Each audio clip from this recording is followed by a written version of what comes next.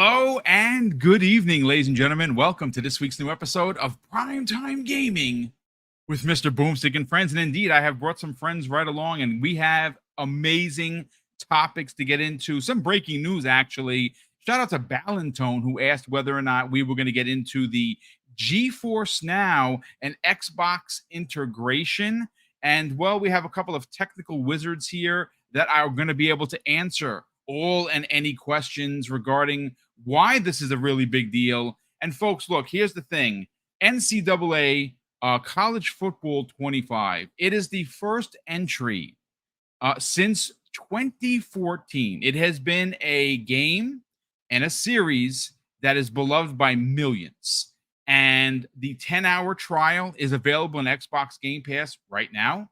Now, again, as you can see by the title, Xbox Series S selling out everywhere? Question mark. And is it because of EA's NCAA College Football 2025? Well, it actually might be. So how did we come to this? We're going to get into that because I did speak to quite a few GameStop managers that I know, and a few people in the community that work for the company that can confirm that, yes, GameStop themselves have in fact been selling out both used and new Series S, but X is selling out pretty much just as good. And we have that on authority from Insider Gaming, who posted an article. It was written by Mike Straw, and we're going to get into some of the quotes that come the way of these numbers. But listen, before we get into any of that, let's welcome in the panel. Hargeet Chani, what's up, dude? Welcome back. And you're not on social media, so congratulations for saving your sanity.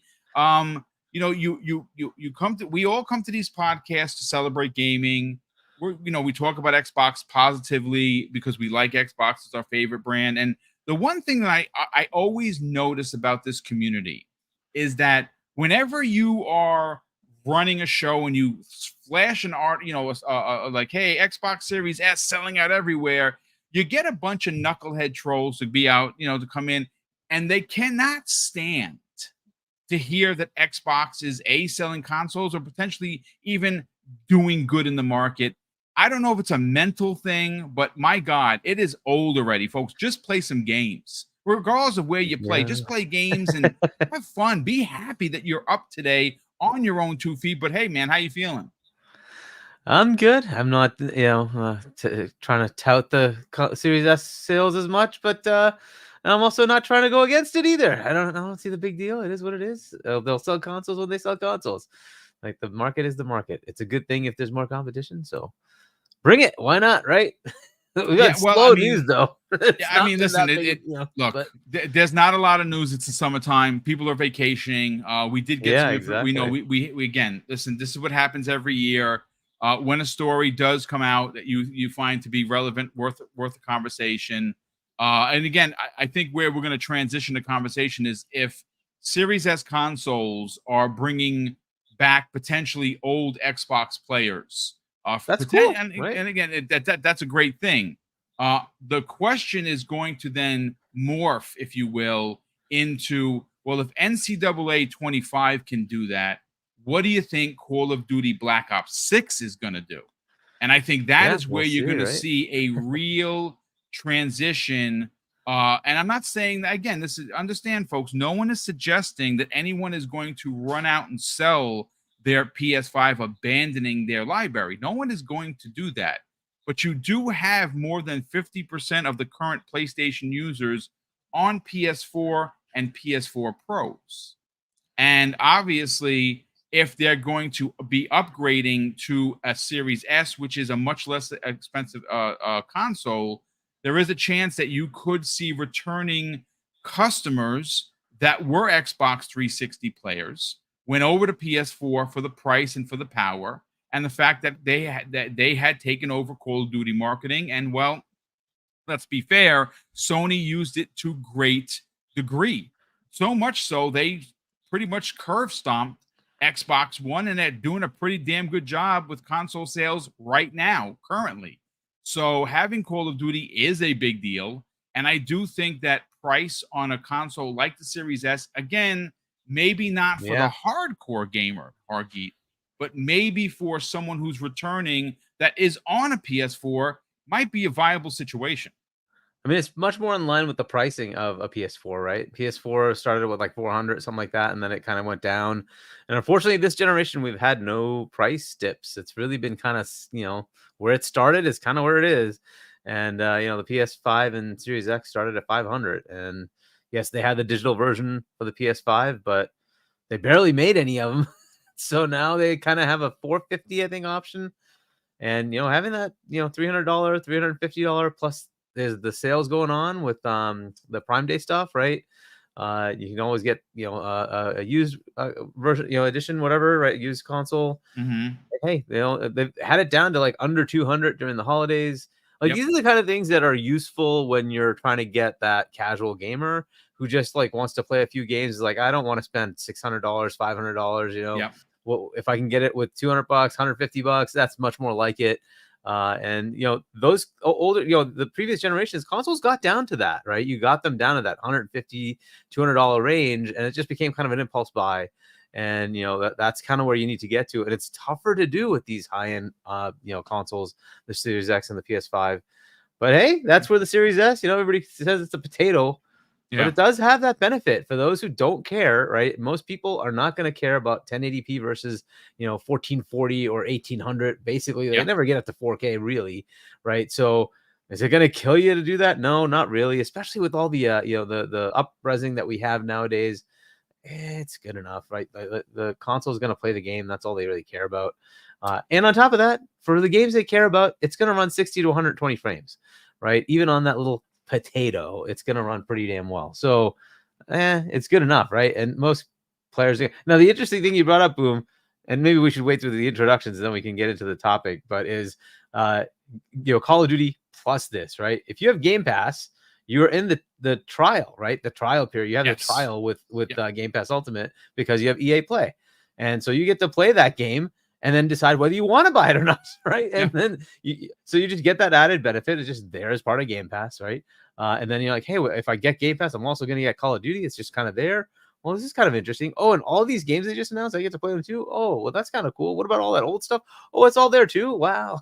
Like you just get to play what, right? So if you skip the Xbox One gen, all those games are there. You can just play them. You just get your subscription, you get to play all of them. So Listen, it's one of again, those this things. what we are seeing here is again, this is not a general consensus opinion, folks, but I think it's safe to say that the even the casual consumer understands streaming and they understand subscription services because there are so many of them that are currently out and available for them, which they already subscribe to.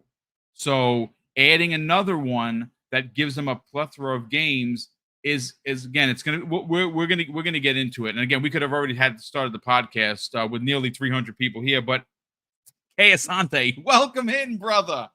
How you Good doing, man? evening. How's Good everything? evening. Yeah. No, I'm good, man. I'm good. Sorry, I'm not on cam right now. Today's a camless day. But That's yes, fine. I'm here. I'm here. And yeah, it's an interesting day, right? We see a lot of new nuggets of information that's just kind of dropping on people's heads out of nowhere. And there's some very interesting ramifications to some of this stuff. I'm ready to get into it. Yeah, I mean, listen, we're gonna have a great conversation, folks. Again, this is gonna be about a 90-minute show. As you know, we kind of shrunk the shows just for the summer because obviously news is a lot less, and we're not gonna have you just hanging around just to hang around because that's not fair to you, and of course, not fair to the panel. But trust me, we're gonna have a great conversation for those 90 minutes. So buckle up. It's gonna be a lot of fun. But listen, so obviously, I usually forget because I'm an old man, and I'm not ashamed to say that I am. Valari Gaming Pillow is something that we have talked about on this show, and we're going to talk about right now. I have a 35-second commercial that I've shown before, and I want to run it again because obviously we are partnered with Valari Gaming Pillow. They are a mom and pop organization run by two people, just like Double Barrel Gaming, and the product works. And more so, to my unbelievable delight, when I woke up this morning, I received actual product shots of the Double Barrel Gaming Valari Gaming Pillow. And And that is, first of all, it's surreal for me because remember, anyone that starts YouTube usually starts off with doing videos and you have no idea where it's going to go. And then all these years later, you put the work in, people want to work with you.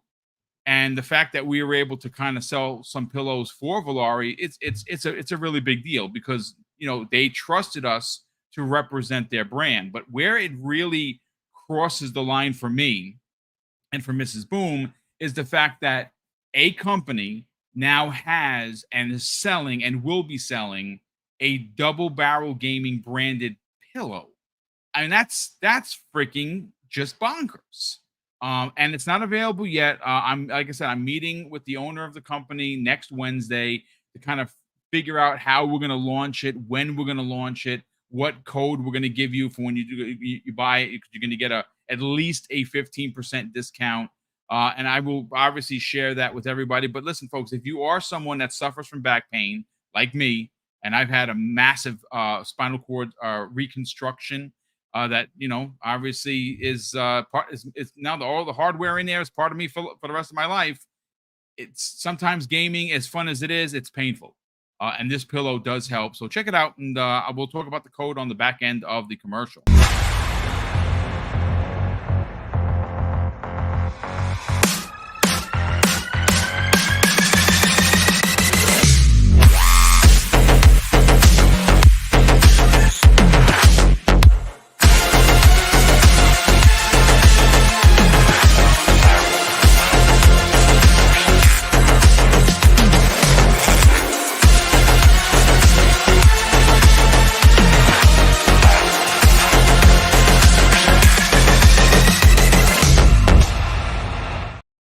And thank you so much, ladies and gentlemen, for checking that out. Obviously, there's the code. It's DBG15. All you got to do is hit that at checkout. DBG15 will give you 15% off of your total order. And again, if you want to hold out, there might be an additional code that I can give you on the back end. But again, I gotta meet with the owners of the company. But at least right now, if you're interested, you can get the pillow 15% off, or you can wait for the actual double barrel gaming pillow. It does work. It works wonders, ladies and gentlemen. And again, we get offers on a regular basis for product that we do not sell for people because we do not use it ourselves. And I'm never going to sell something that myself or Mrs. Boom is not going to use because we're not frauds. But let's reel this back in. Kay Asante, I want to go to you first because in the green room, we were talking about the GeForce Now thing. And obviously, you run a tech show with John Wolf on Mondays that, folks, if you want great PCMR information and handheld information for that matter, you should be watching Kay's show with John Wolf on Monday evenings. But so I want to pull up what was sent by Pong Soul, who, of course, is an absolute gentleman and a scholar. And we have learned a couple of things about GeForce Now. Well, there was a tweet from Xbox basically saying, play your games your way, the way you want, where you want. Starting today, we've enabled GeForce Now integration, which allows you to launch supported games on GeForce Now via Xbox.com. And there, of course, there's a link. And the game that they show in the background is Starfield, which, surprisingly enough, is freaking cool. Now, I'm just trying to find... Okay, so yeah, this is the post that Pong Soul sent me. It says cloud gaming on third-party services. Xbox has partnered with Nvidia GeForce Now and Boosteroid to bring first-party titles and more titles to more players. If you own any of the supported Xbox games on Steam and you have an account to either streaming service, you can play your game there. And obviously, this is where the GeForce Now comes into play.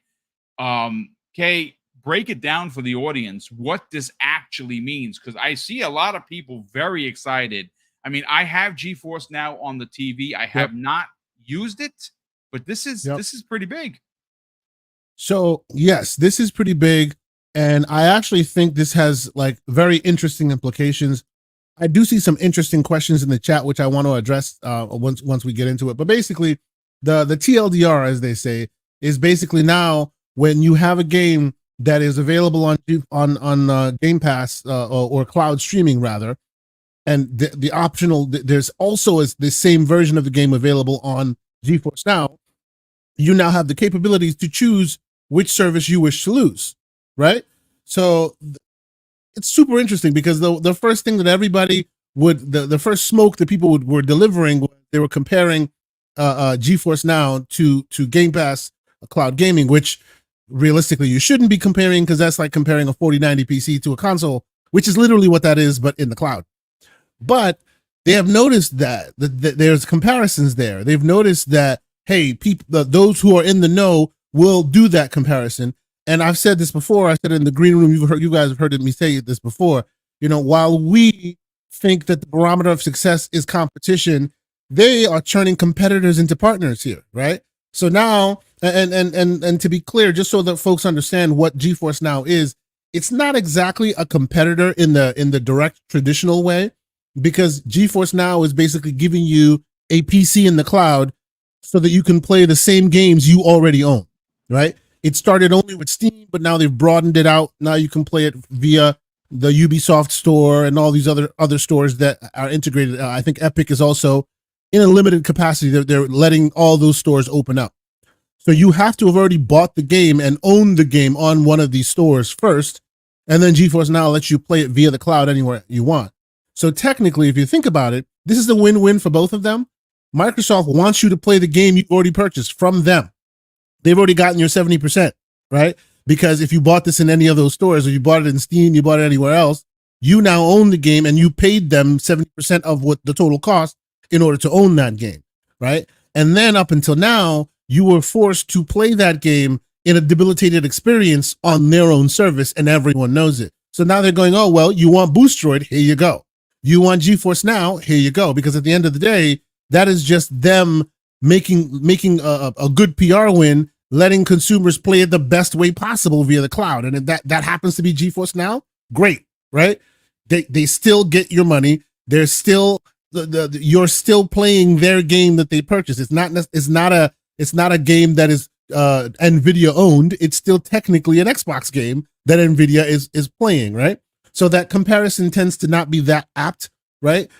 The thing that is interesting, and I think I saw, who did I see here? Rick L. I think it was Rick L that said it, and that was very interesting.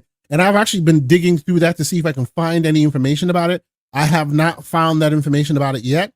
Is this the premium GeForce Now service or just the general GeForce Now? Because there's two tiers of GeForce Now. There's the free service. Yes, there's the free, anybody can sign up, free service that lets you play for an hour, right? And you happen to be in a queue. Sometimes you wait. I doubt it's the free service, but there is a free service option, right? I assume exactly here you have. Exactly. Because and that's why I think it's super interesting to ask, because in the same way, Fortnite can be played without a subscription service, can be played just free 99. You could just play that thing because you can. My question is, all the games that are now in GeForce Now that are also on xCloud, are they just letting you play that because you have a GeForce Now account, free or otherwise? Because that's a very interesting move. You know what I mean? So, like, I honestly think this is a very, very good move on their part, right? Because they're inoculating themselves from the competition talk, right? If I was a different man, and I'll leave the rumor and speculation to my man Hargeet, I would say they're priming themselves for another purchase, because these are the moves you make to be able to inoculate yourself when it comes time to say, hey, you're a competitor, and you go, no, I'm not. Right? You go, no, I'm not. Look what I'm doing. Look at this. Yep. Everyone gets to play in my waters. You know what I'm saying? Like this. When did us graybeards live in a world where you saw like Sega will let you play a Nintendo game like on their service, or vice versa, or anything like that? This is not done, right? Yeah. Yes. So for those of us who think the metric of success is, I beat them. Yeah, you're not the target audience anymore, right? They want to be able to promote their wares anywhere and everywhere, and they want those arbiters of those ecosystems to not only allow it, but to be happy about it, right? In this world, you're going to see them in a GeForce ad. You're going to see them heck in a PlayStation ad eventually. I mean, how many top tier Xbox games are on top of PlayStation at this point? right? They are turning competitors into partners. And it is a very shrewd move, man. It is a super, super shrewd move. We'll get into the whole what do you call it? The Fire Stick TV stick Yeah. also being a part of the equation. Well, I think and I know Hargeet, you have qualms there. I agree with you. I there are some qualms you have. I get that, but I do still think that there are some moves that they could make to make it even more enticing to the consumer. Mhm. But it still all speaks to the fact that we used to look at them like, oh, they're in the ring, they're gonna fight, right? And they're looking at themselves like, yo, man, I'm Don King. I can own a piece of both of these fighters. I don't need to be in the ring at all. Like, that's what's happening right now. Wow, that's a blast from the past decade. Don King. Yeah. Hey, we are graybeards, sir. We have deep cuts, and I think most of us know what I'm talking about. You know what I mean? Indeed.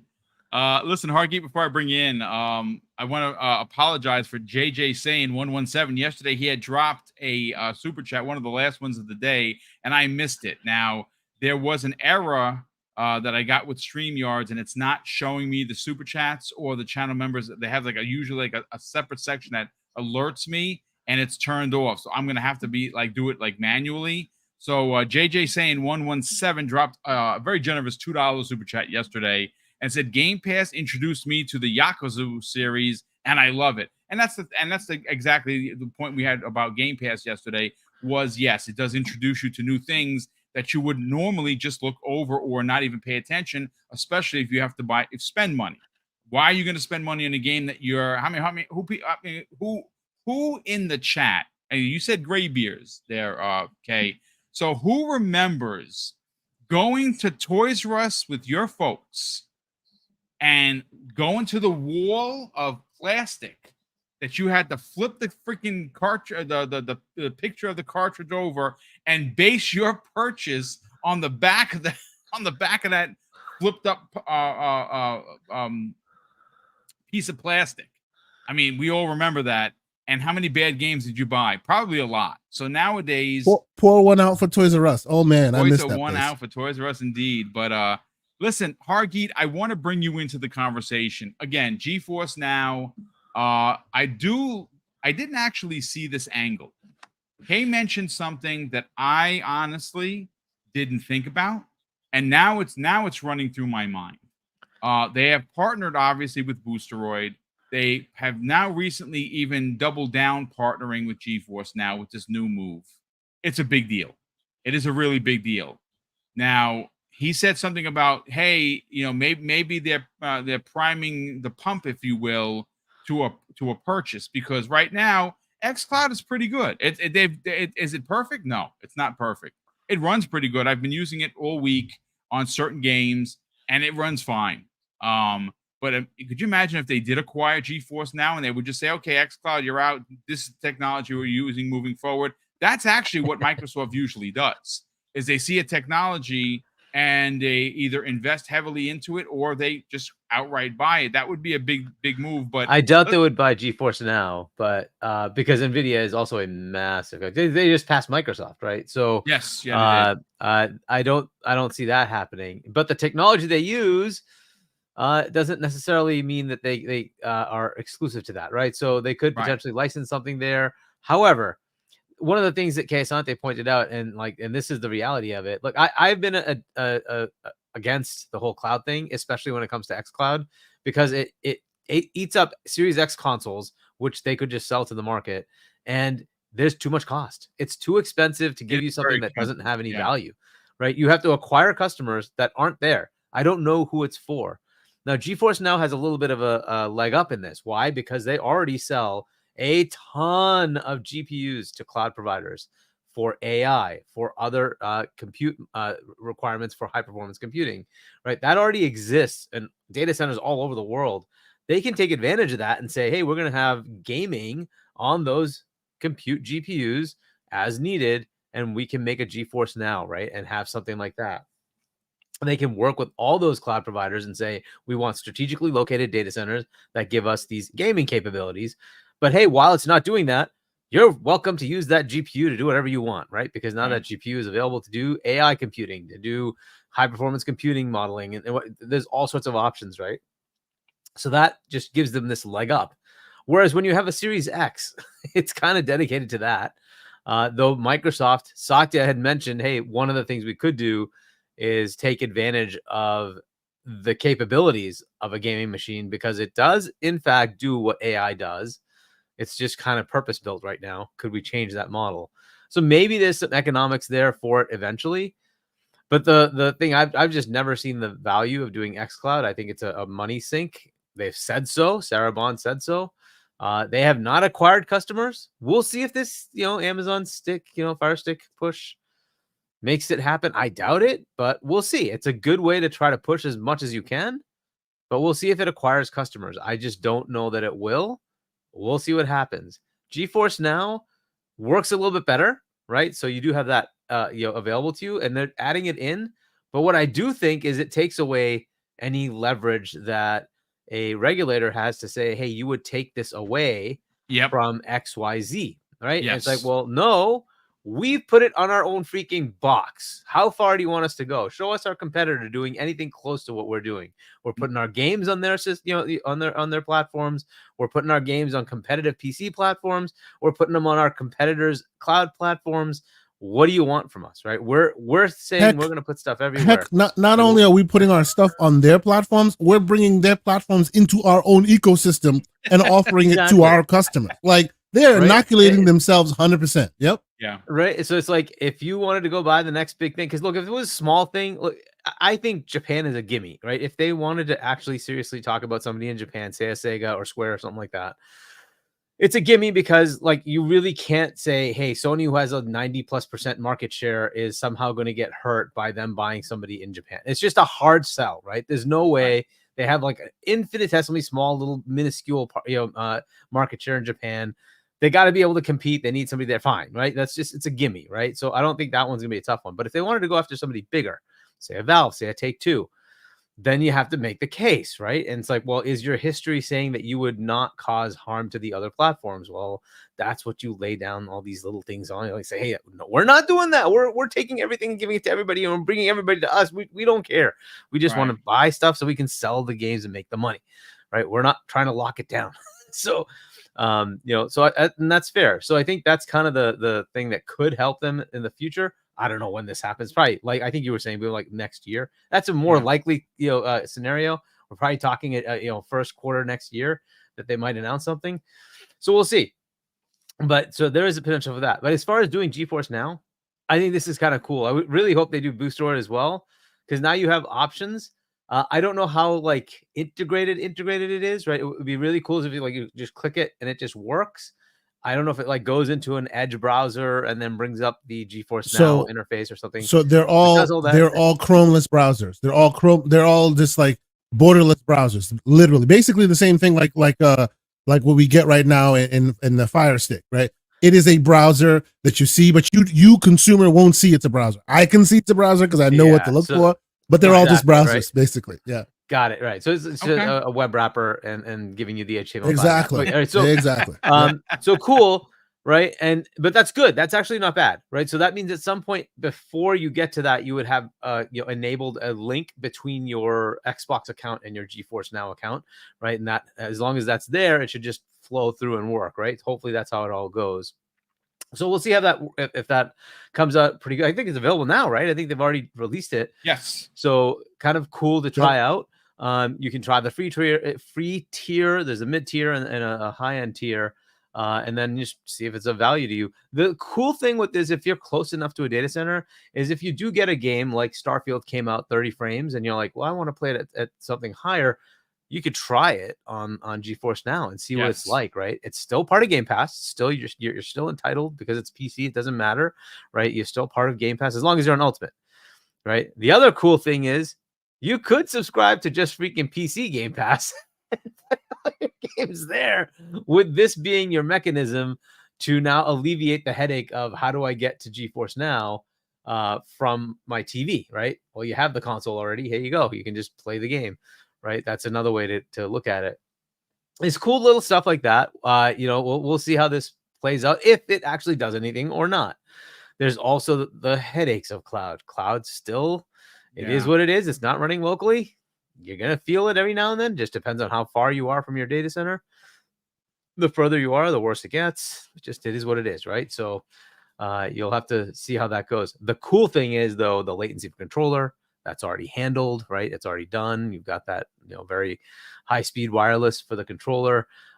You've got the automatic triggers to the TV to go into game mode and all that stuff. It's all just built in, right? You already got all that. See, but So that's Hargeet, pretty cool. your problem that you're describing here, which I'll let you continue, sir. The problem you're describing here has been kind of mitigated, not fully, but a little bit, because the consoles in the cloud that Microsoft offers wouldn't be in the same location as what GeForce Now offers.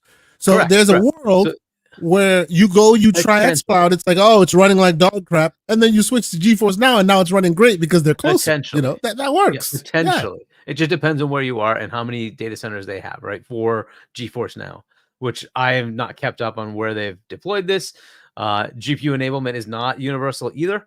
That I do know. So I don't know where they've actually deployed this, right? So we'd have to see. And it just depends on where you are in the world, right? So we generally always, because we're in the US, we always think about the US, but the US is always ahead of everybody else when it comes to all these tech capabilities. That doesn't mean that the average person around the world gets all that, right? If you're in India, right, I don't know what your availability is that. And you're talking 1 billion people there, 1.5 billion people, right? Do they have access to this? I don't know. Do they have access to a good infrastructure that allow this? I don't know. They're probably a good customer, right? Because they don't have all the high level of income that we do, but they might have enough disposable income to actually enter into this if it's cheap enough, right? So it is a cool capability. Not that you have, because here you have to buy the console anyway, right? But in the case of doing it through a Fire Stick, that's an interesting thought if they have the infrastructure there to make it work. Right. And this is why I've always thought of this as like, well, who is this for? Because people here, you can afford a console. It's much more reasonable for you. If you have to spend $200, that's usually not the end of the world. Now, yes, there are people who have problems with that. But then, frankly, at that point, maybe you should consider just handling your home finances more so than trying to play games. That's just a different world, right? But it's a fair analysis, right? We're in the US. If you can't spend that much, then maybe that is not what you should be doing. You need to focus on family. You need to focus on your household. That's much more important, right? But we can generally afford a couple $100 to buy a console, right? But if you're talking to, in a country where $1,000 maybe your, monthly or annual salary, then it's a big deal, right? Then you start, and then you say, oh, you got to spend $70, $80 to buy games, like, and import tariffs, because we don't pay those tariffs, but they do, right? So you're talking like $100 equivalent. It's like, yeah, they're not. This is why people over there love Game Pass, right? And so if you can find the all access program or something like that and make it so it's affordable, these are the kind of things you have to do, right, to try to make it happen. But again, cloud is a great option if it works. And the size of India is pretty large, so we might think of it as like, oh, it's pretty large. So if you're in one part of the country and have the data center in another, it may not work for you. So I'm just saying, this is the kind of stuff you have to run into, right? But hey, as far as GeForce Now coming in, cool option. I'd love to see the rates at which it actually takes, right? Do people use it, or is this just a gimmick, right? And so we'll see what happens, right? xCloud up to now has not exactly been lighting the storms of subscriber counts. It's it's a nice added benefit that people who already have a console have used to say, I'm going to try this game before downloading it. Cool, but that customer is already acquired. That's kind of the problem I've always had with it. So Hargeet, let me add a tinfoil Kofi theory to all. Oh, here we go. I love when the Kofi comes into play. Let's go. Just real quick. What if we say that this is not necessarily a play for dominance? This is just a way to make the now most wealthiest company, depending on the day, happy, right? Because this is a big W for Nvidia, right? It's a big W for GeForce, because now this spreads GeForce even further than they ever would, right? And one thing that that the people want GeForce is they want their GPUs. They want to keep them happy. AI, all of that. They literally rule the roost in the new world. So what if this is not necessarily, because realistically, and I know there's technical ramifications and there's logistics that we work on, but you and I both know that in the long tail of it, getting GeForce Now integrated via web wrapper is not that most technical and that difficult of a process. What if this makes the person that they want to continue to have a relationship with just happy? and it gives a W Yep. to consumers. You know, it may And not there's move the all needle in sorts of one way, those, shape, right? or form, right? Yep. It may Wouldn't not move the surprise me. needle at all, but at the end of the day, this is them making Nvidia happy, right? Which means later on, when other conversations happen, when other relationships happen, they can leverage that and say, look, see, we are partners. We literally put your entire ecosystem on our Yeah. back and brought it to our customers. Right? From their perspective, they did what they needed to, right? From Xbox's or Microsoft's perspective, right? In that case, that happens all the time. You know that, right? Microsoft makes these deals all the time with all the partners, and they literally are in co-opetition with everyone, right? Because Yep. that's just the way it is. Everybody uses Microsoft stuff. That's how it goes, right? So you're right. Nvidia is a big customer and partner, right? Whichever way you want to look at it, right? Because they buy their stuff, and also like the Microsoft buys their stuff, and then Nvidia buys Microsoft stuff. That's just the way it goes, right? So I'm Mhm. sure there are deals going on, and in this case, right, the fact that Azure is going to use a big amount of Nvidia GPUs, that's just a fact, right? They're going all in Yep. on AI. Mhm. So they're going to be buying massive amounts, massive dollars of amounts of GPUs from them. Yeah, it's very viable that this is one of the things they wanted in that deal. Fair enough. And how does it hurt them? Ultimately, has cloud really changed gaming yet? No, not really. Is it going to? Maybe. I don't know. I'm not as optimistic on that, but it could, right? But how does it hurt Microsoft? As you said, it's probably like, here's 3 engineers that spent like 3 months go make this happen. Whatever, and it's done. Here you go. Right? Yep. Like, so whatever. I don't see that being a big deal. And hey, Although it's a newsflash. although It's a I newsflash. I see L. Paul in the chat making mention, and I agree with him. Although I still don't foresee a world where anybody besides Nintendo continues to use NVIDIA GPUs in consoles. If that Right. were ever to be close, it's closer now on Xbox's side than it ever has been. So because they really did NVIDIA solid on this one. That mean you'll see Well, an is NVIDIA still GPU in it. Nintendo, right? Nvidia is still in True. Nintendo, so Yeah, but they only still have Nintendo. in that We shall console. see. Yeah. Yeah, which again, that's going to be pretty killer when they finally do something, because as we all know, the Switch was basically an off the shelf thing that was done for something else. Yes. They took that and said, hey, we'll just make that into a console. Now Nvidia gets to partner with Nintendo to make an actual console GPU and CPU, right? So My hey, we'll see what they Tegra, do with it. my Surface Go, my Surface RT, which I rustled out of my garage, that basically that Microsoft gave me for free in a contest 10 years ago. Guess what the GPU in that is? A Tegra X1, the same one as the Switch. Oh wow. Wow. Yes. But I mean, you look at I just got the new Surface Pro, and I'm like, the capabilities are pretty good for that little ARM-based CPU GPU combo. So they can do some pretty interesting stuff. It just depends on what they want to do and how much they want to make it, it cost, right? So I'll leave it to them to wow us. It's up to them, right? Nintendo can compete too, and Nvidia can compete too. It's up to them to wow us. Yeah. Well, listen, you know what? While we're on the conversation of cloud, and again, super chats, channel membership, General Spartan actually says something. I'm going to hold that comment because that's going to be the second half of the show. I'm going to get to it because it's a great point. But again, I'm going to head right back over to Kayasante. Obviously, last week it was announced and confirmed that there is an active Amazon and Xbox partnership. And just so happens this week, well, Prime Day, the 16th and the 17th, they were selling a month of Game Pass, a Robot White controller, and the Fire Stick TV 4K Max. And normally, I think it's like $100 and something. It was $78. I think it still is $78. And the question now is, well, actually, there are two. It does seem that there are a lot of people in the community that are very bothered by the fact that Xbox is making their games available to play everywhere. I know it's they get mocked for, hey, play anywhere, play on PC, play here, play there.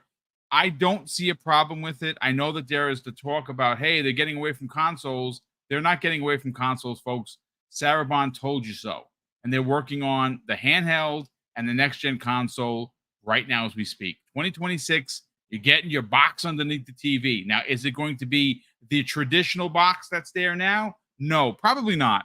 It's going to probably be more PC-like, but it's going to have a console shell, and you're not going to know any better. You're going to be able to play your Steam games and your Epic Game Store, and everything that we heard is probably true, folks. So you're going to get the best of both worlds, console and PC merged together, your peanut butter and chocolate, everyone's loving life, and it's great.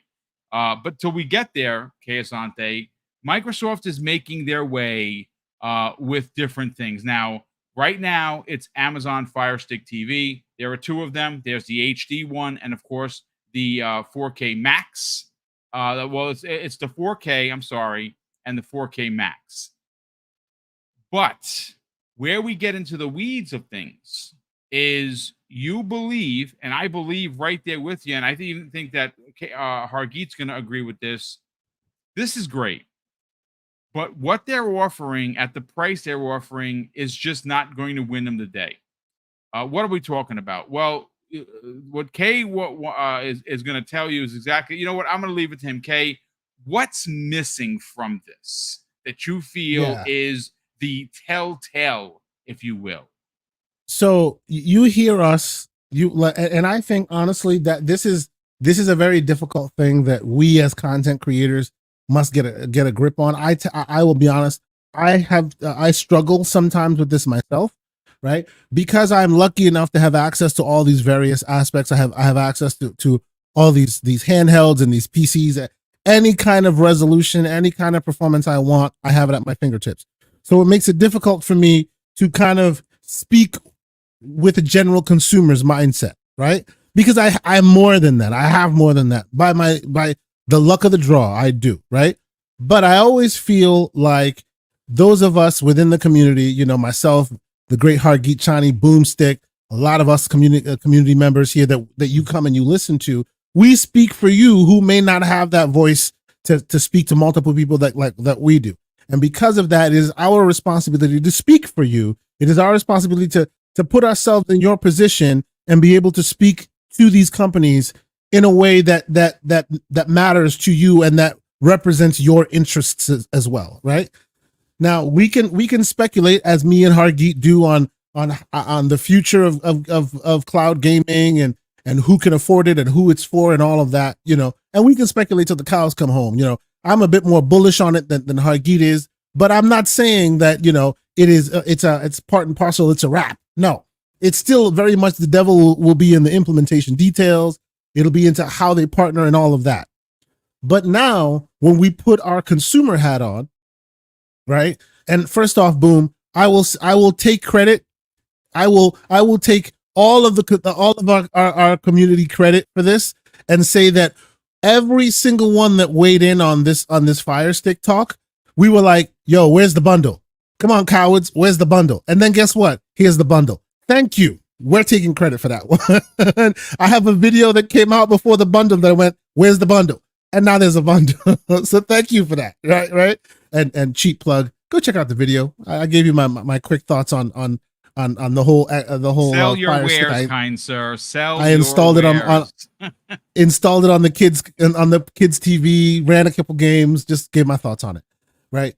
But even then, my thought on it and my thought on it now, even if this thing is not long for the world, even if it's eventually not the way you end up playing, because there are lots of takes that say, hey man, you wait until these deals come out, Cyber Mondays, your Prime days, your Black Fridays. Now all of a sudden the Series S is in spitting distance, right?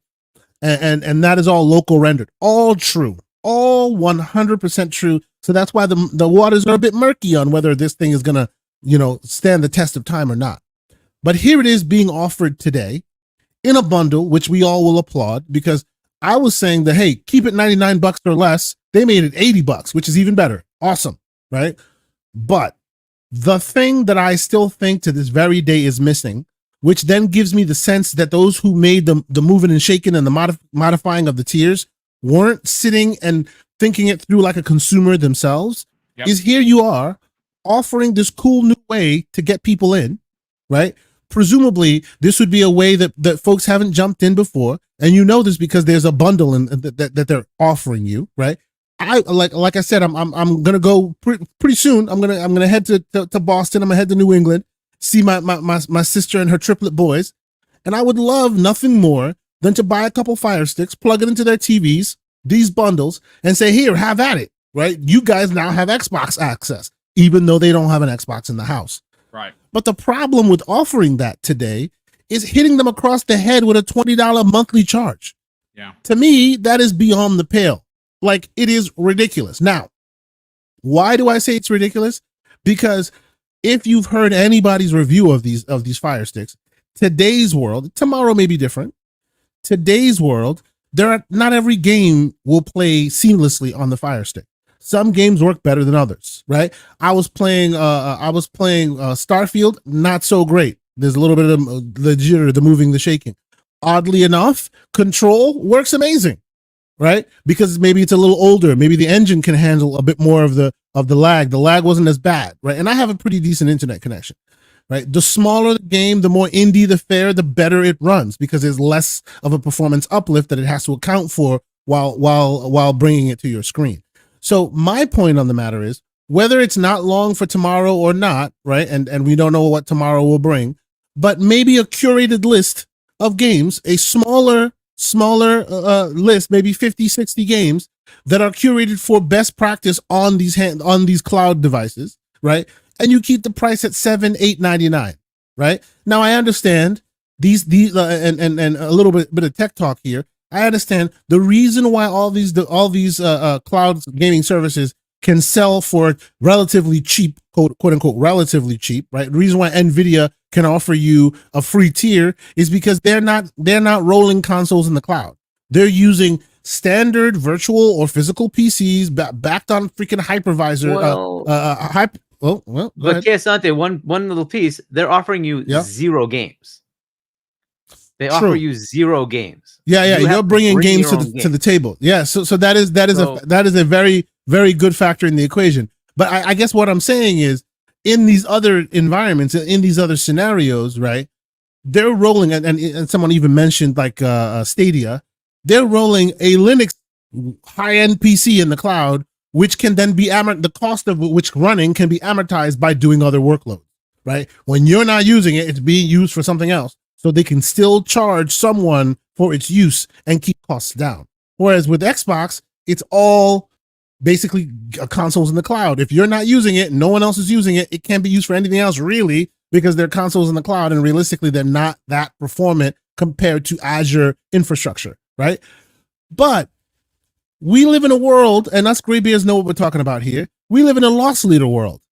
We've always lived in a loss leader world. That was the way consoles were built and sold. Right? To this very day, I even say it. The average price of a Series S CPU, the retail version, costs more than the whole Series S itself.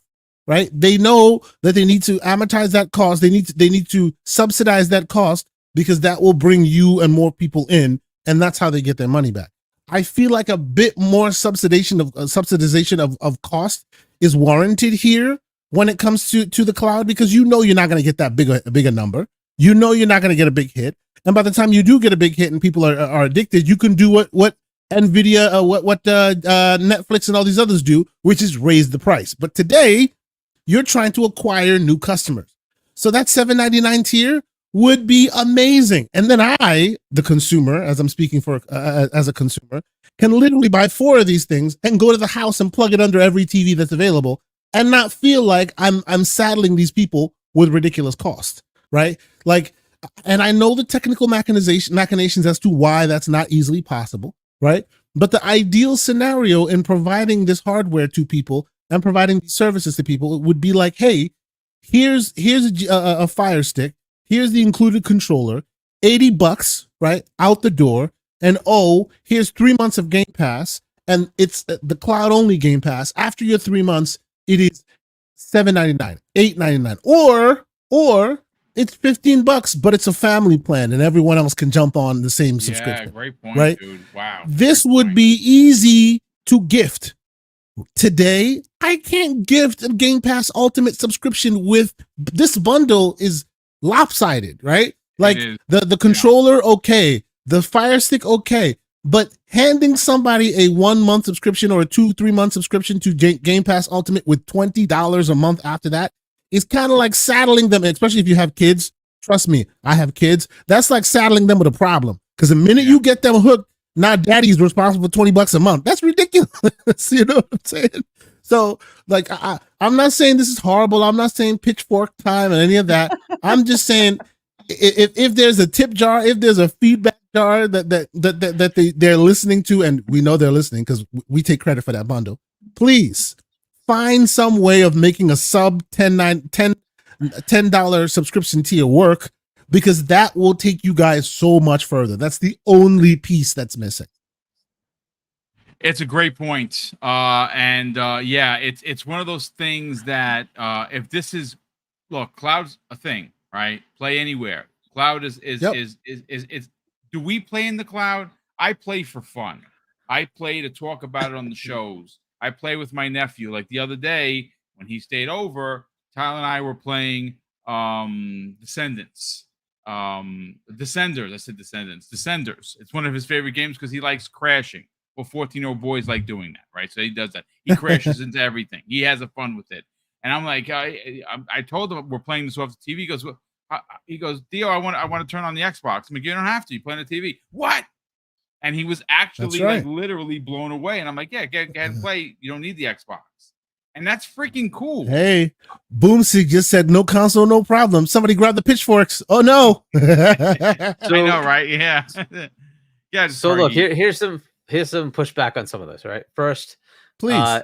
It costs them money to do this, right? So the idea that they're going to have a cheaper tier, that's not going to happen, right?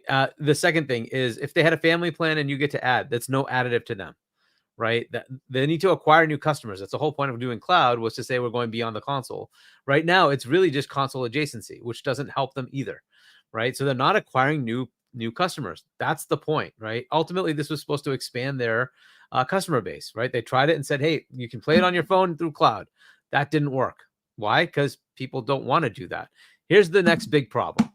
The people you're targeting are kids who generally don't play those games. They don't play the games that we play.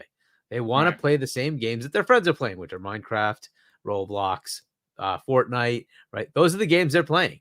Now, if you want to go beyond that, you have to make a case for them to decide to do not the thing that their friends are doing, but something totally different. We grew up playing everything because we wanted to, and that's because the whole medium started with us. Now it's a different world. For them, gaming is how they talk to their friends. It's just a different world. We can't just interject that you have to do it our way. You got to go play a Sony Sad Dad walking simulator when they don't care about that. That's just not their thing, right? That's why they're running into this problem. That's why all these things are capping, because we're the consumer and we're just at a certain level. That's it. We're the ones they're targeting. Yes, there's a small contingent of people that are younger. Most of the people who buy these things are us. If you look at Nintendo, you thought, oh, that's all for kids. Their demographics are us. Yes. The highest percentage of players are us. Yeah. It's not the kids. Go check out the hentai in the library. I'm just saying. Yeah. So this is just the world that we're in. Okay. So now if they want to go acquire a customer, they first have to be able to play the games that they want to play. Well, the problem is all the games they want to play, you can play here. They don't need anything else. They're happy with the stupid iPad or the stupid phone. They don't need another thing. So now you're going to tell somebody that they have to have a console when they don't care to have it. Now, some players will. Cool. How are they going to acquire that customer? That's what you got to think about, right? That's what's going on Xbox's head, is they got to figure out how to acquire a new customer so that they pay them. Now, the assumption that we can have a cheaper tier, maybe if you curate and say there's only 20 games, we kind of have a tier like that. It's called Core. It just doesn't have cloud access. If you added to Core, you add cloud access and make it, oh, I don't know, what is it, $15? Oh, wait, well, you're back to the middle tier that they just created. That doesn't have freaking cloud, right? This is the kind of thing you run into. How do you make it cheaper? You're complaining about $20. Can you go to McDonald's and get a meal for $20? This is the world we're in, folks. Yeah. Like, you know, you have to deal with the reality that everything's gotten expensive. $20 may sound like a lot, but things just cost a lot these days. It's the way it is. So I don't know. I don't know that it's easy to do. And by the way, I'm not saying it's easy to do, right? I'm not, right? But again, remember, we've lived in a world of subsidized We can costs certainly for a push long back. I time, get it, but yeah, right? We've But- lived in a world of subsidized costs for a long time. The Series S doesn't cost $300, right? The costs a lot PS5 more. doesn't cost, it costs so much more, so Yeah. much more, right? And still they give you at a subsidized cost because they are in acquisition of consumer mode because they know, and I know the logistics is different. They know that they will get you in the door, and then when they got you, right? Right. And we all know in the world of subscription services, you have it for as long as you have. How many of us remember Netflix and how much it used to cost? How many of us remember? I think it was $7.99 when it first started. That's right. Dude. Yeah. How many of us remember YouTube TV and how much it cost? Now I think it's like $50 a month. It started at like 10, right? Yeah. Every time they get you hooked, then they slowly increase the price. And this too will happen here. But I just feel like, and you and I, Hargi, we can debate the merits or the longevity of it all day. That's not even the case here, right? This is something they're doing today. And all I'm saying is if they're going to be successful today, they need to do some more subsidization of cost. They're not doing that on the console side moving forward, I hear. Which, let's be clear, I see you ragoons out there. I see you handheld gamers out there. You're paying $800 for a Series S, right? So they're not letting you do that anymore. But on the side of the cloud, where they are still in, hey, here's a Fire Stick that you're buying to watch freaking Reacher or The Boys. Maybe you can play a game here. That could benefit from a limited library, not day one, the Game Pass, right? Because remember, and I mentioned handhelds, right? Even in the handheld world, you will end up, even though it's able to play Cyberpunk and all these high-end games, you'll learn quickly that that's not where your benefit is. You'll end up starting to play indies. You'll end up starting to play smaller games because they run best there. Same thing in cloud. You're not going to be playing COD in the cloud. You're just not, right? So you give them a limited library, right, that doesn't have day one games, that just runs best on cloud, and that will be the dipping of the toe in the water for those who choose to partake there. It won't cost you much because, as you and I both agree, you're not getting a 10 million subscribers overnight. But those who dive in get the best experience there, and that may eventually get you to deeper waters. But it's still a cost. And I guess the question is, what is the value to them? And I don't even know why they continue to do it. I guess it's really just because they started it, they're going to keep it. I don't know. I'm not sure what now that you have GeForce Now or something else. I was going to say that maybe what's the value? ideology was to run forward with this. Now, the one thing that we can all admit, we've seen it time and time again, is Microsoft, if something isn't working, they will let it run for a little bit. They'll cut it. And they will cut it. The Zune is a perfect example of it. Mrs. Boom still has her Zune. It works great. It's her favorite thing to play her music on. We even got the boombox for it. And they cut that because it wasn't selling. This is one of those instances where I just think because they didn't market it. Yeah, I like my Zune. As do I. I still have mine as well. But Hargeet, to your point, the reason why they haven't cut it, right? The reason why they haven't depreciated it in favor of a third party tells me they have a vision and a plan and metrics for it that we as the consumers don't see it.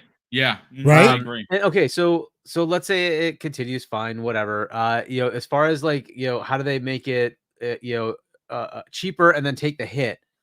Well, here's one thing you could do and say that we can stop doing the subsidization of the console, because that market is going to kind of veer that way anyway, right? So, bro, mark my words, that is done. Next console gen, open your wallets, ladies and gentlemen, because you're paying. We're paying. That's what's happening. And so I think the way they take that and make it easier is they say we're not going to be the only one that gives you an Xbox.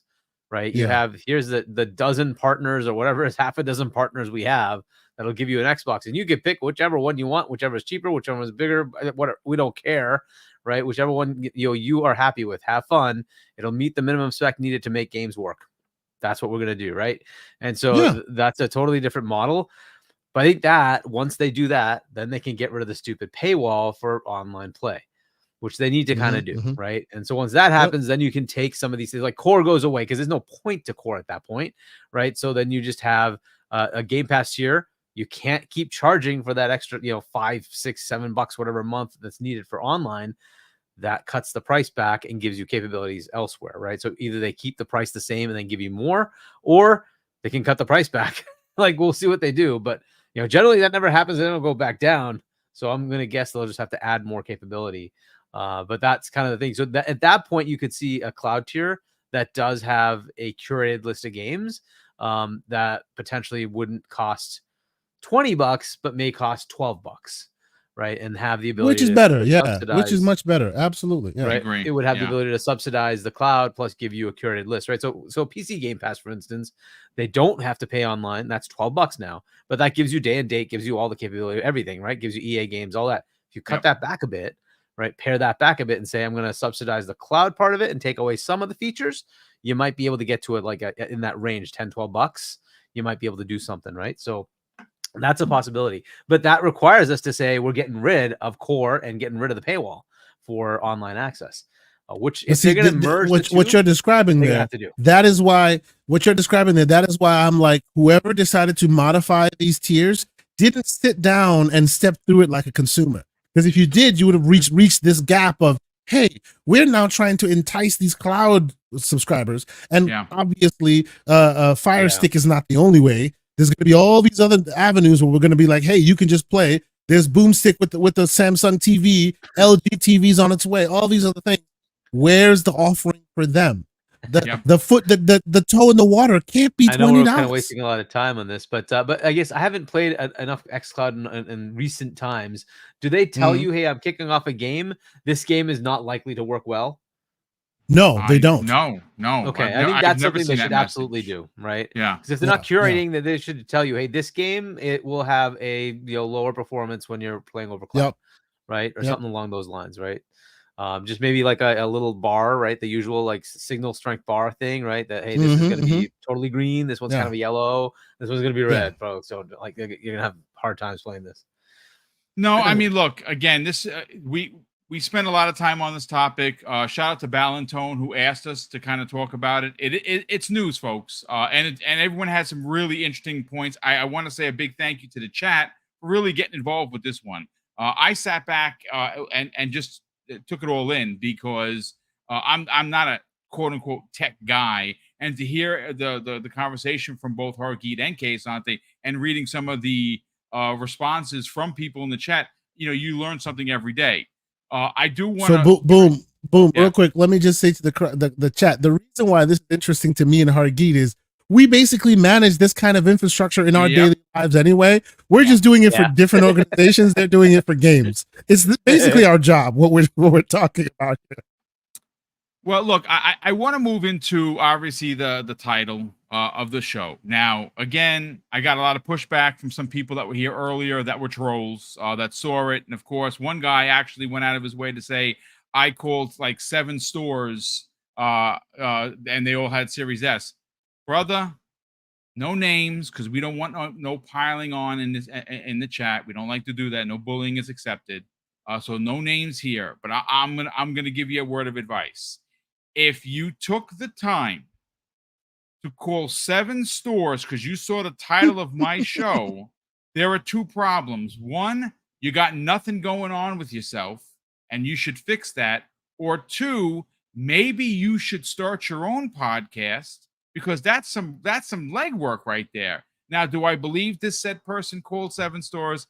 I do not, because I called a couple of friends that are managers of specifically GameStop. As a matter of fact, one's in the chat right now. And with that said, I can confirm that through him and 3 other people that I called that I know, their Series S sold out, both new and used. Now, is that something that's going on across the world? Well, I did add a question mark to the question because, well, it's again, where does this story originally come from? Well, I have the story in front of me, ladies and gentlemen, and it's from the Insider Gaming Network. That is Tom Henderson's website. This particular story was written by Mike Straw, and the lead title says "Inside the Response to College Football 2025." Now, it is a beefy article, but there is a specific part that I want to read for you. This one I have blocked out. Now, again, I'm reading the verbatim from the article, so bear with me. It says, for the record, NCAA 14 sold, and again, that was the last time there was an NCAA football game, 2014. Okay, roughly sold through 1.5 million copies during the sales tracking period, as per VG charts.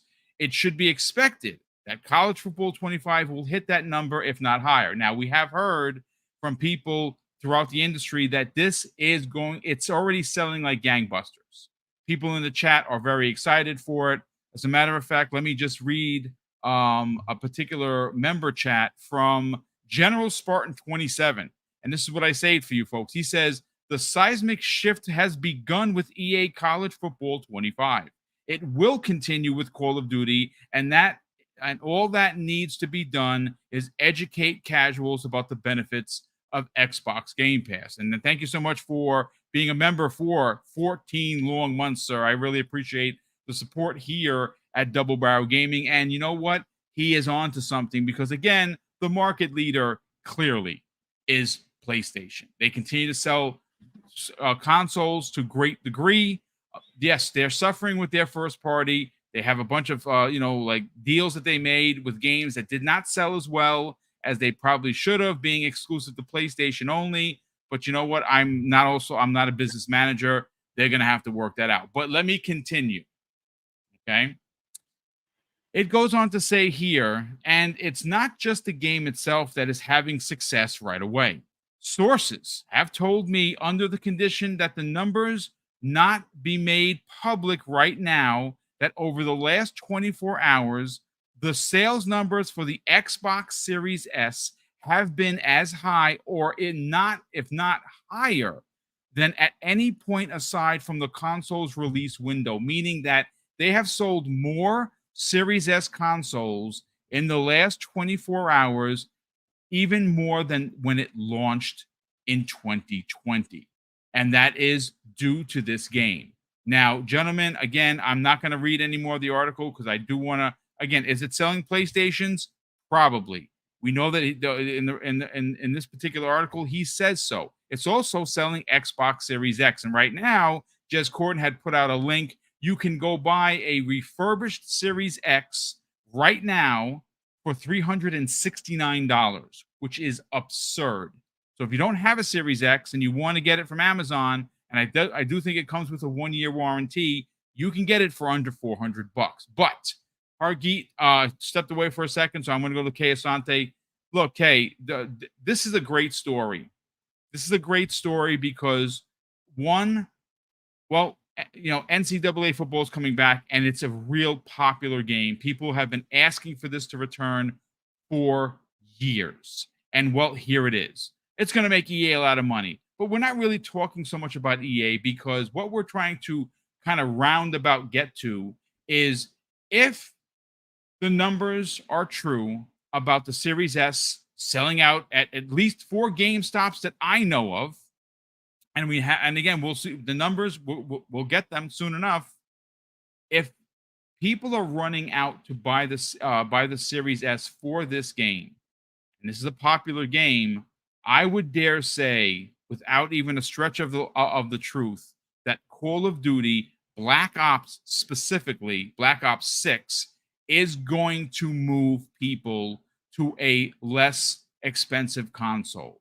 And I say all of that to say, Kay, that, as I said earlier, we do know for a fact that 50+% of current PlayStation users are on a PS4 or a PS4 Pro. Now, listen, Hargeet keeps talking about the way the world is. Everything is expensive. And if you have to give up something, it's usually going to be entertainment. Well, here's an opportunity for potential. Again, this is potential, folks. Former Xbox consumers or customers that were with the 360 that left for the PS4 and have remained there. And now, if they can get the console down around $200, especially when Call of Duty comes out, you could see people flip just as easily if they went from 360 to PS4 and from now old PS4s to new consoles, which, by the way, the Series S, the potato, plays more 120 frame per second games than you think it does. And this, I'm assuming that they're going to be able to get Call of Duty. I Black mean, Ops. come on, man. You look, that was a wasted opportunity. You should have went all slander and said it plays more 120 frames games than the PS5, because that is also it true. does, but I was going to let the tech man say that, and he has said it. But yes, that is an absolute fact. It has the Series S actually plays more 120 frame per second games than even the PS5, and there you go, Yes. confirmed. But Santa, let's talk about this, because again, this is a big deal, and I know that Microsoft doesn't care where you play; they just want you to play. But they still care about console sales, and if they can sell a bunch of Series S consoles, so you can play your NCAA 25, and more importantly, your Call of Duty this October, it's a win for those gamers that could potentially get a $200 console and get into Game Pass, which is what they ultimately bought Activision to get people to do. So first and foremost, about the whole, is it selling out everywhere? Where is it selling out? We only have anecdotal evidence, but I was listening to the great GameStop manager himself, Mr. Forte, today on Addict's show, and he also, being a person that manages multiple stores, was also talking exactly the same thing, that showed that the consoles were flying off the shelf, and by and large it was because of this game, right? So we can only go off of anecdotal evidence until they provide us solid data, and even in that world, it looks like it is selling pretty substantially, right? So that's a good thing. And like, to your point, Boom, they may not say, oh, it's the end all be all, right? Again, I'm the guy who says that it was a means to an end, it was a lost leader, and now they realize that their lost leader is not necessarily the only way to sell their wares. So in that world, they don't care about consoles as much as they used to. But in this specific instance, in this specific scenario, if you look it up, it's not on PC. It's not on last gen consoles. It's only on PS5, right, and Series X, Series S, right? It's only on the Series consoles and on the PS5. So if you want to buy in, if you want to play this game that you love for so many years ago, you have to be on the current gen to do it, right? So like while I'm excited and I think it's great that that's doing it, because it will definitely move those units, it'll definitely move those console hardware, right? This is still the console mains that are buying, right? I don't think people who are outside the console ecosystem will use this as a barometer to get into the console ecosystem, right? This is those who are predisposed to buy a console for that purpose. Whether you be a PS4 or a 360 or an Xbox One gen player, this is now a reason for you to upgrade, right? Though, and that is a good thing, right? I think you and I were having this conversation before, right? This is a unique scenario because by and large, this is not something that a third-party publisher will do, right?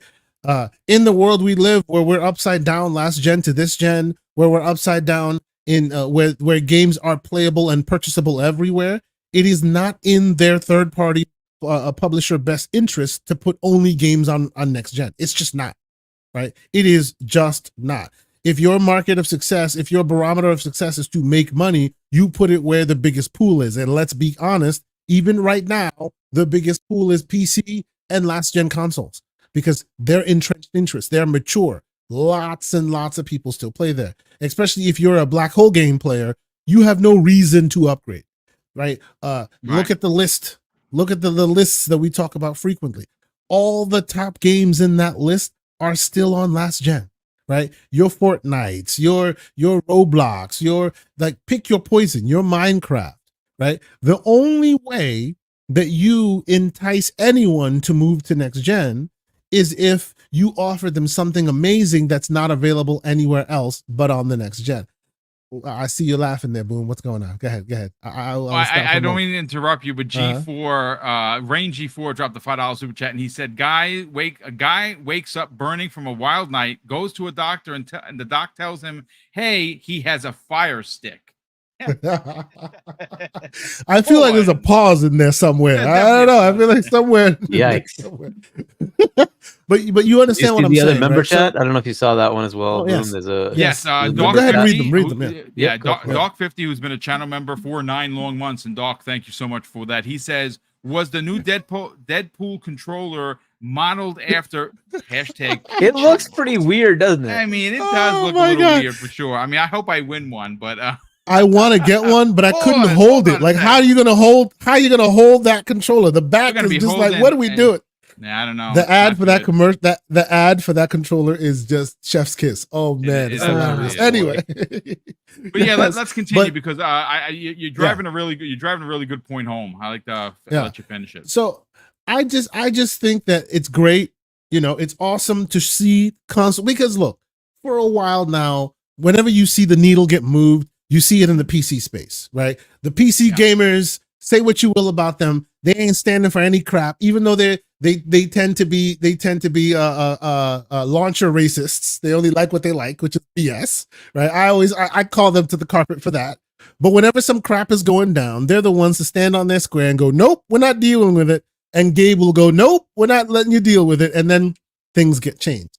We usually, in all of this, console players just kind of get what they get and they don't get upset. This is my dad talk, forgive me, right? It is what it is.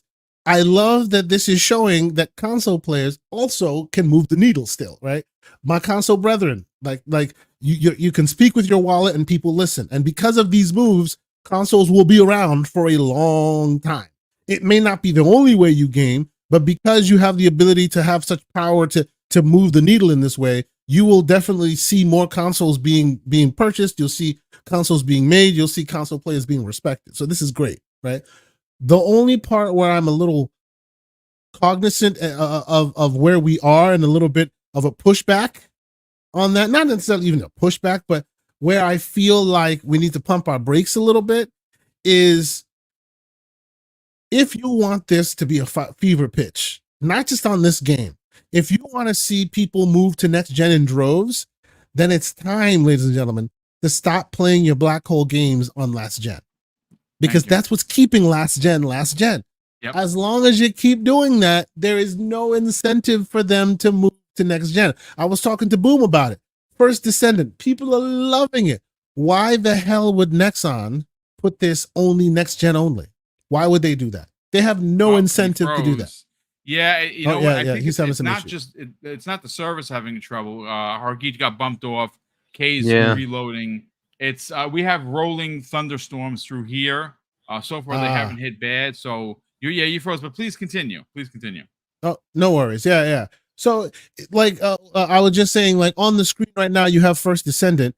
There is no real incentive for First Descendant to be released only on next gen, unless the First Descendant was a game that was made by PlayStation, or it was a game that was made by Xbox, because they have a vested interest to move you to the next generation, right? No third party. That's why this is a unique situation with college football.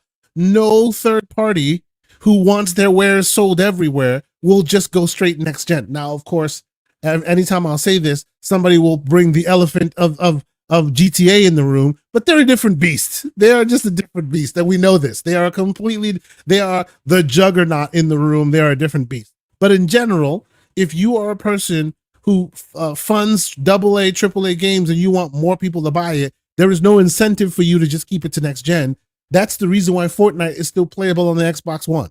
If they could find a way of making Fortnite playable on the 360 and the PS3, they would, because they just want more people to play it, right? So I say all of this to say, if you are part of the hardcore, if you are part of the environment that you love and you want us to move to the next gen, you want us to move forward, then you got to stop playing your black hole games on the last gen, because that's what moves the needle, right? If you happen to find a game like this that only plays on next gen and you buy it in droves and you buy consoles to do it, yeah, that speaks to the people who make it, and that may be enticing them to make more.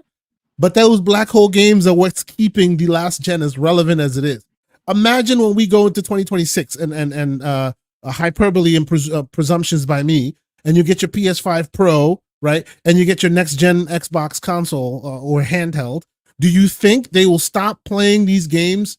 Do you think that that Xbox One and PS4 will all of a sudden magically no longer play Fortnite? I don't think so. Fortnite will still be on those consoles for a long time, and that will keep attention on last gen, right? So it's unfortunate. It's great that we are here, and I love it because I want the console gamers to speak. You know, I'm a gamer of all stripes, right? People push me in the PC corner more often than not. Even if I'm on PC, I'm on an Xbox controller, right? Right. I love my Xbox. I love my Series S. I love my X. I just enabled the blades, and I shed a tear every time I see it. It's a beautiful thing. That's you know what actually I'm saying? really dope. Yeah, yeah. It's freaking dope. I just wish it would move. Every time you move, it'd be cool. You know, it is what it is. I want to see that needle move forward. I want to see the ball go forward. I want to see what they can do next, and I want developers to focus on that. But the only way that'll happen is if we as a community decide we're done with last gen, and that's difficult to do.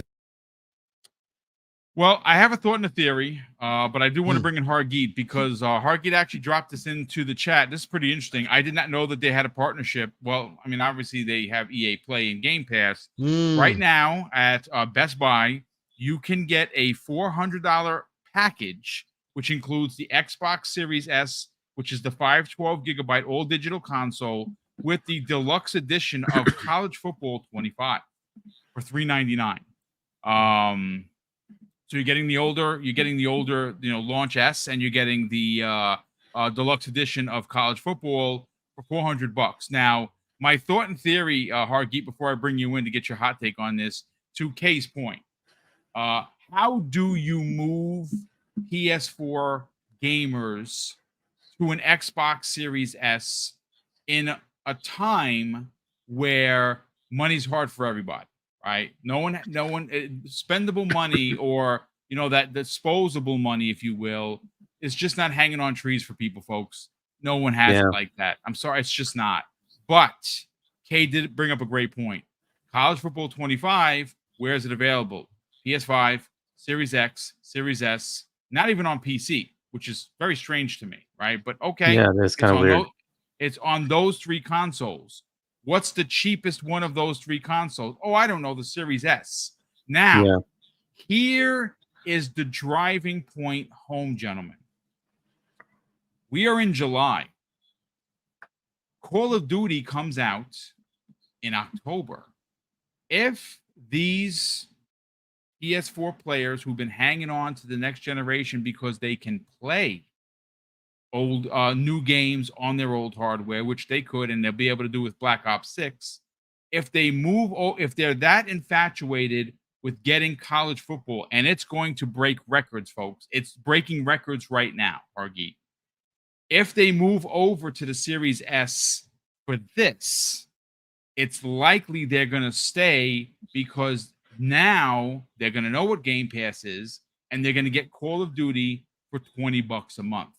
And I think that seismic shift is exactly what who said that? Hold on a sec. General Spartan 27 is actually referring to. And I think that I don't think it was planned like this. I just think that college football came out. People are buying it in droves. It's a really big deal, folks. And with that said, if they buy a new console for this game because they can't play the game on their old console, it's likely that they're going to get Game Pass and they're going to potentially play Call of Duty that they would have played on their PS4s, but they're now here.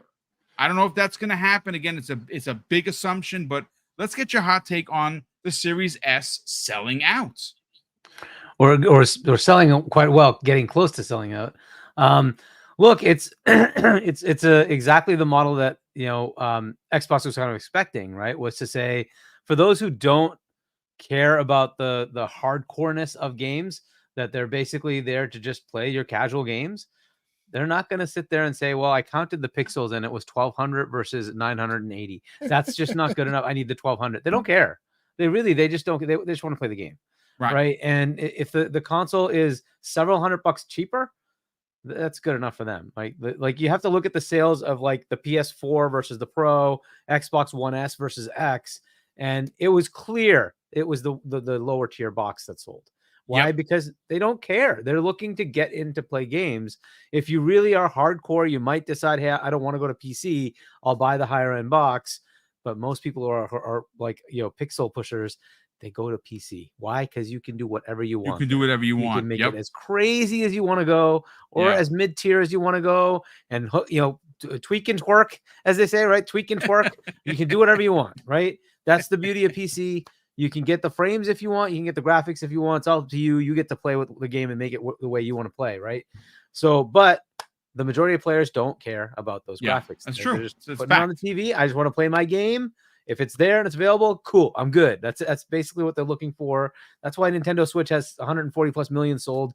The games play. That's it. They don't care. People laugh at, oh, look, the Mortal Kombat doesn't look the same. Can you play the game? You can play the game. That's all that matters. For some people, they're like, I can play the game.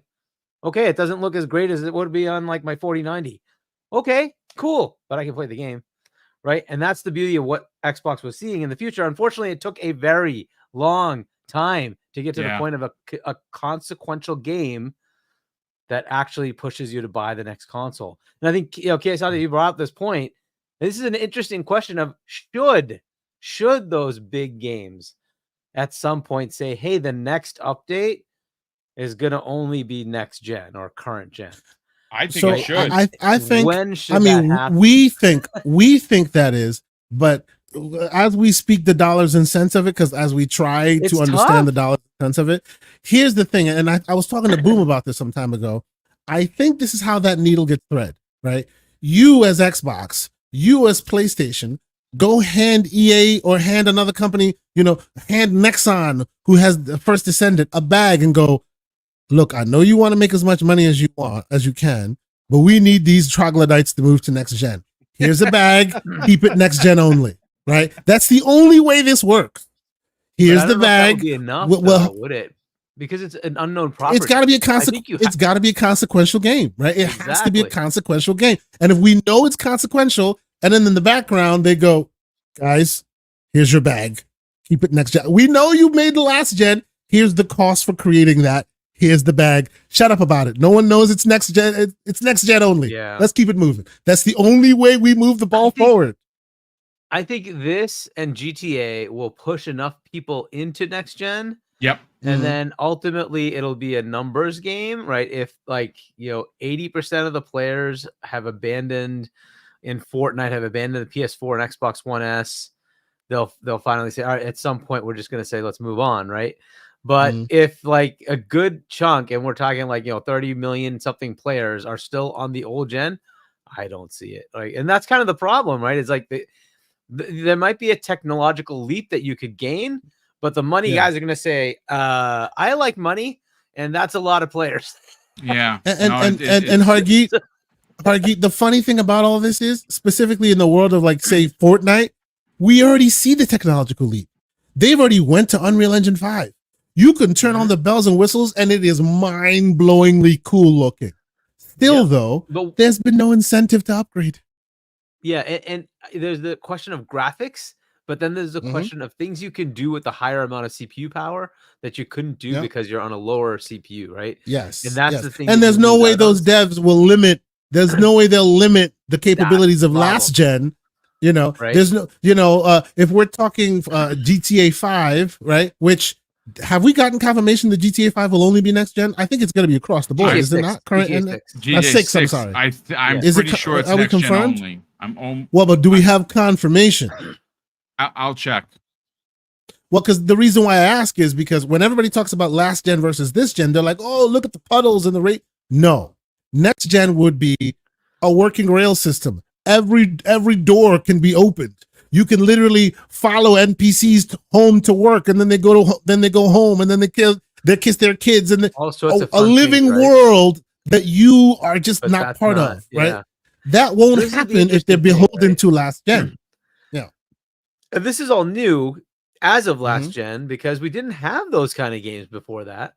It's from last gen, those games have never needed to replace go up to a new version, because it's just been fine. It works, and it continues to work on the old consoles, no issues, right? So it's become a lot more PC like. gee, I wonder how this is going to end up going, right? But as far as like the current stats, hey, it's selling. That's awesome, right? And we'll see if all of them are going to get a bump, and we kind of expected that, right? Now this is very U.S. specific. I don't know how much this resonates outside the U.S. Right? This is our college stuff, right? So I don't know if it's really going to resonate outside. It might, but not nearly as much, I would expect, as it would in the U.S. And maybe surrounding areas. Maybe you could think Canada or something like that. Maybe some Latin American countries might also latch on, but I think it's going to have more focus here. Yeah. But either way, it's something. Now I don't know what the next one is, but if you had something equivalent, say like FIFA, whatever it's called now, what is it called? Football something, whatever it's called. That if that decided to go next gen only, that could be another push, right? And I don't know if EA is specifically taking this charge to say, hey, we're going to go next gen or current gen only. That would be huge though, because they have a big chunk of those casual games. So it's Take-Two and them that really run that along with Fortnite.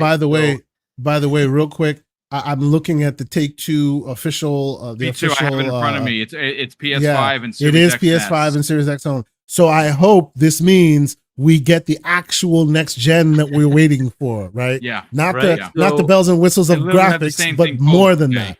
Yeah. And here's the problem with like you were saying, case they could here's the bag. That bag would have to be pretty large. Pretty damn large. Yes. And we're talking monstrous bag. Billions, right? Because they make a lot on these games. So I don't think they could do it. Yeah. Well, see, my only responsible. Yeah, my only pushback on that is, imagine if, I don't know, Lego Horizons is a monster hit, right? It's a monster hit, and then PlayStation goes Lego Horizon 2 only on next gen, or out of nowhere Microsoft announces Minecraft 2 only on next gen. In my opinion, I think most of those are not going to drive massive console adoption from those casual gamers, right? The casuals are only looking for you think Minecraft 2 wouldn't drive next gen adoption if it was only on the next gen console? No, I thought you said Lego Horizon.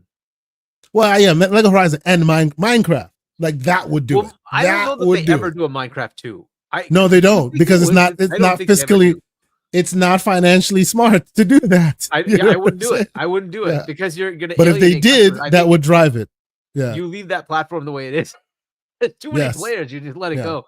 But I can see the potential of at some point saying, hey, we're no longer supporting Xbox One S if it's like 10 years from now, which is probably realistically when that would happen, right? Yeah. But this is the kind of thing, right? So, but I think these games coming out, I don't know if EA does it with the next one. If they do continue this pattern, Madden, FIFA, I guarantee they are. If they do that, holy crap, that's going to push the adoption of next gen. Yeah. Call of Duty, again, this marketing push, Call of Duty. You suddenly have this potential. Now, this is also a good time for Xbox to go out and remind people that there's still Xbox All Access. You can still go get that. And it's monthly 27, I think now, 27 a month. You can go get that to get your Xbox Series S. Game Pass Ultimate, by the way. Exactly, which includes Game Pass. You're going to get your Call of Duty. By the way, it also includes the EA games, right? So, granted, it's a little bit further out, but you get your EA games. So you have that potential. There's just things that they can start putting out there if they wanted to start advertising or marketing it correctly, right? To get that out there. Hey, you don't have to spend $300. You don't have to spend $350, whatever, right? Or even $200. You can just spend a monthly amount, and you'll get the console plus Game Pass. All right, so just things to start looking at from their side. But yeah, this is the potential. This is the stuff we were looking at. Hey, once you have Call of Duty marketing, what does that look like, right? Are you going to start pushing that narrative? Hey, you want to play this? Come over here, right? You want to upgrade. We were hoping that Call of Duty would be the game that pushes next gen, but no, they decided, no way, we're going to keep the old gen stuff too. So it's going to be EA. That's crazy. That's pretty crazy. Do you see them doing that to Apex? I doubt they would do that to Apex, right? No, that's probably going to stay where it is, but I guarantee you that FIFA is probably going to be next gen only. Wow. But yeah, I mean, listen, it's been a great conversation, which, by the way, if anyone's playing the First Descendants, you see that Colossi? I beat them by myself, which is very freaking hard to do. and I did use Bunny, and that's where the footage is going to end because, well, such is life. But I am going to play it from the beginning again, so you can see the beginning. And again, we're gonna get ready to get everyone out of here. Let me catch up on the 2 super chat. I actually did catch the 2 super chats. All right, so look again, folks. There's not a lot of news. We try to give you a great show. We try to be interactive with with the chat. And I have the remainder of the week. I have lots of different stories that have come out that are a little bit smaller, but still interesting nonetheless. So obviously tomorrow I'm sitting down. Actually, tomorrow at noon. Normally, my co-host is C Money. He unfortunately has an appointment that he has to attend to, so he's not going to be able to join me. But Luke Lore, Insipid Ghost, I'm sitting down tomorrow with. I love Luke. I got a chance to hang out in LA with him over the big June event, so he'll be hanging out with me tomorrow for about 70 minutes. I got the 2 topics already locked and loaded, and of course I'm working on Breakfast with Boom. So again, folks, there's not a lot going on, but there is a lot going on, and maybe some other other places aren't going to cover everything. I read 15 articles a day, and I try to make the best show for you. And well, today was I enjoyed today a lot. We got some tech talk, and of course, again, whether it upsets people in the chat or not, Xbox Series S is apparently selling very well. And again, talking to numerous managers that I know, one of which is Forte. And of course, Psychonauts, who's in the chat, is also someone that works for the company. And we have confirmation that, yes, this in fact is selling out, both new and used for that matter. Now, is that the worldwide selling out? Is every Best Buy out? No. Is every Target out? No. And I never suggested that at all. But the fact that it is selling out in places due to this game, which, of course, and I think the story here is that it's next gen only. It's not even on PC, ladies and gentlemen. It's next gen only. And it's going to move the people from an older platform like an Xbox One X or One S, or an Xbox or a PS4 or PS4 Pro onto potentially new hardware. Right now, the world is in a really bad financial spot, but again, Xbox is the one that's offering it. There's different ways to get yourself the console. And right now, I believe was somebody in the chat said that Amazon had the Series S for as low as $379 today on Amazon, which is it's under $400. Again, there's ways to. It's up because it's no longer Amazon selling it. It's their the partners are selling it. Okay. And that's why it's because normally it's 300 or 350. The 1 terabyte is 350. But yeah, it's jacked up in price because they don't have any inventory left. So it's those partners selling Those it. are the partners. So folks, again, we're not making this stuff up here. And again, if don't get mad because the Xbox is selling Xboxes. That's what they're supposed to do.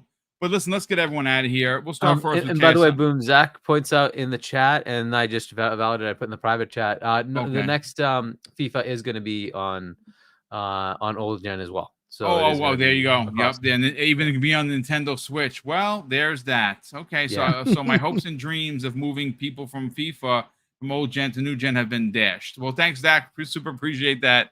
And listen, again, at some point they're gonna have to. We have Pissed in the chat, who's been a channel member for whopping 12 months. Brother, thanks for the support, and of course, it's great to see you here. He says, had a friend tell me last week that he spent a better part of a day looking for a Series S. He could have gotten the X, but couldn't afford it.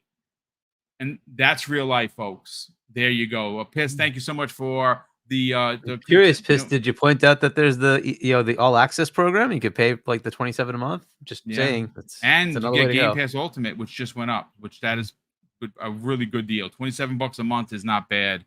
And you get to keep the console. You don't have to return it or anything. After 2 years, it's yours. Or whatever it is.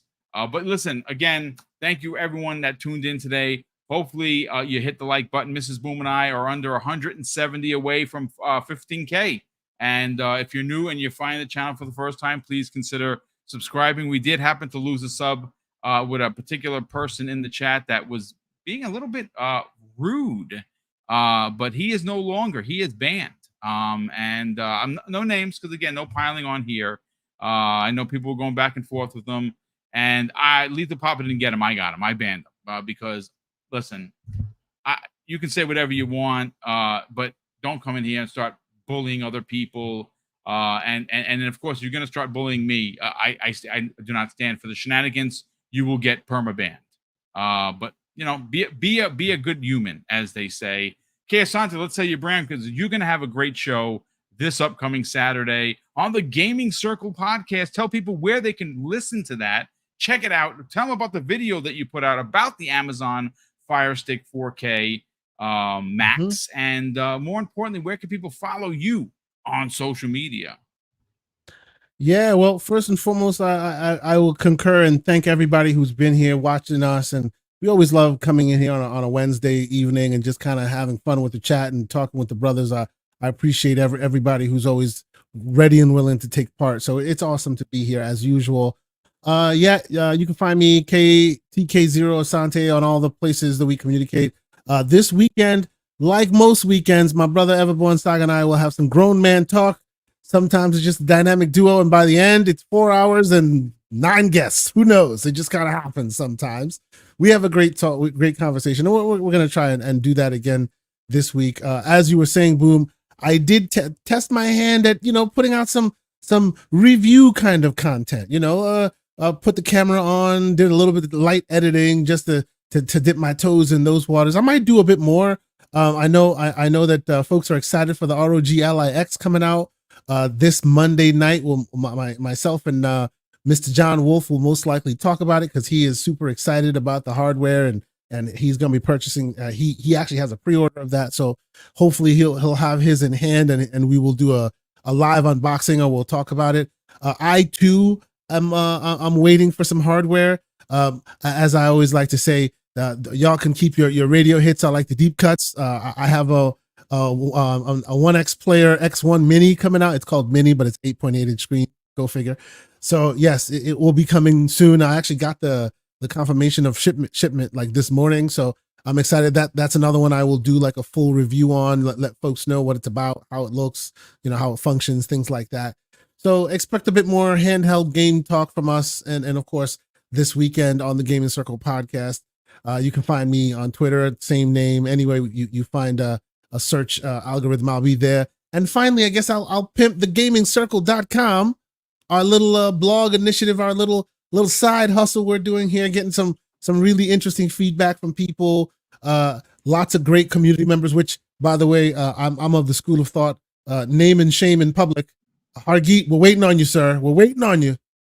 All these great communities have been writing great articles for us, putting their thoughts out into the community. Hargeet, we're waiting for you to lend your voice. BoomStick has already been in there. A few other great members have led great articles, lent their voices to our channel. So come check it out. It's funny. I started writing the one for the pricing with Game Pass for Call of Duty, and like half a day later, they had the increase in prices. I'm like, there you go. Yeah. That's why on our on the blog we're trying to do like almost evergreen conversations, things that don't get old in like a day and a half. You know what I mean? Prime example, the great Black Viking wrote an article about his thoughts on how to evolve Halo. TLDR, he wants us to retire the chief as the main protagonist.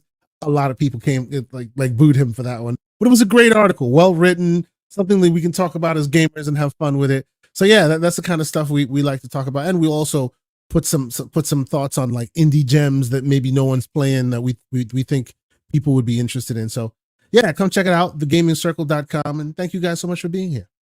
And real quick, reach out to my brother, Neo Mental. He wants to write an article about a static dead drive on the PS5.